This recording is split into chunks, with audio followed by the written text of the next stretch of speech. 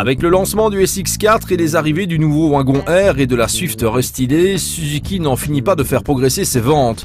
En parallèle, la division moto et quad affiche une santé de fer sur le marché européen.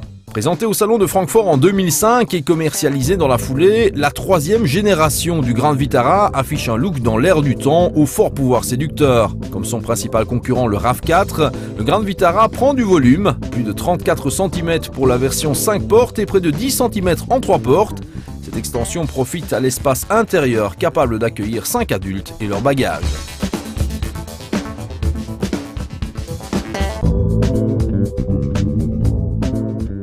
Suzuki propose 3 motorisations pour son baroudeur, 2 essences de 106 et 140 chevaux et un diesel de 130 chevaux. Ce 4 cylindres n'est autre que le célèbre DCi emprunté à Renault et rebaptisé DDi-Ace.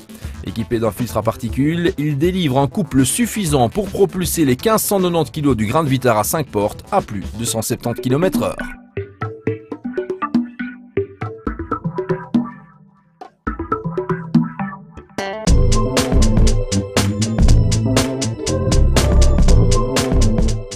La finition est soignée et l'instrumentation clarifiée. L'atmosphère à bord du Grand Vitara est beaucoup moins austère que par le passé.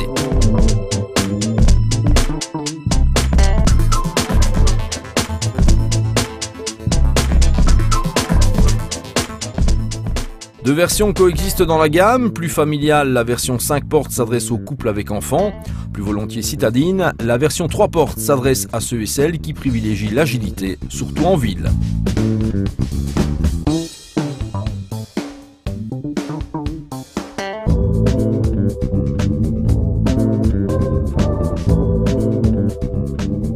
Souple à bas régime et surtout sobre, avec une moyenne de 8,5 litres au 100 km, le 1,9 litre DDi-S s'affirme très tôt. Dès demi-tour minute, les 300 Nm de couple répondent présents sous la pédale de droite.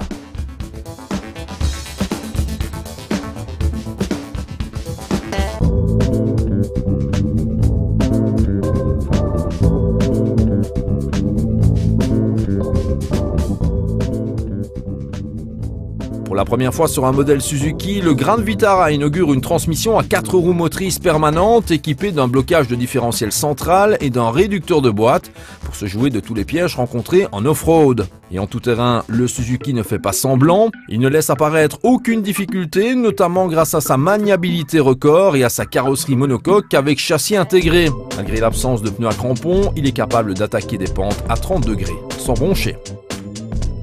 Sur le bitume, le Grand Vitara affiche une tenue de route saine aidée par cette transmission intégrale permanente qui offre une répartition du couple de 47-53 entre l'avant et l'arrière.